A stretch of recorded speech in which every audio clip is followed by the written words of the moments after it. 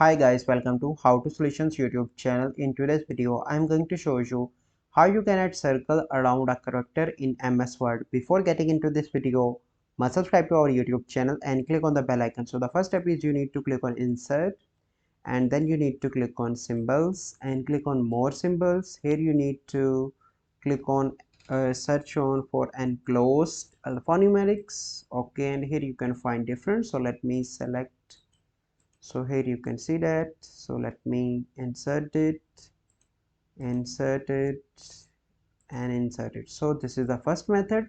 So let me show you the second method. So I'm going to type 12 and then you need to select in shape for this shape, make it a circle, and here you can no fill, and if you can outline border with black, so you can adjust it according to your choice.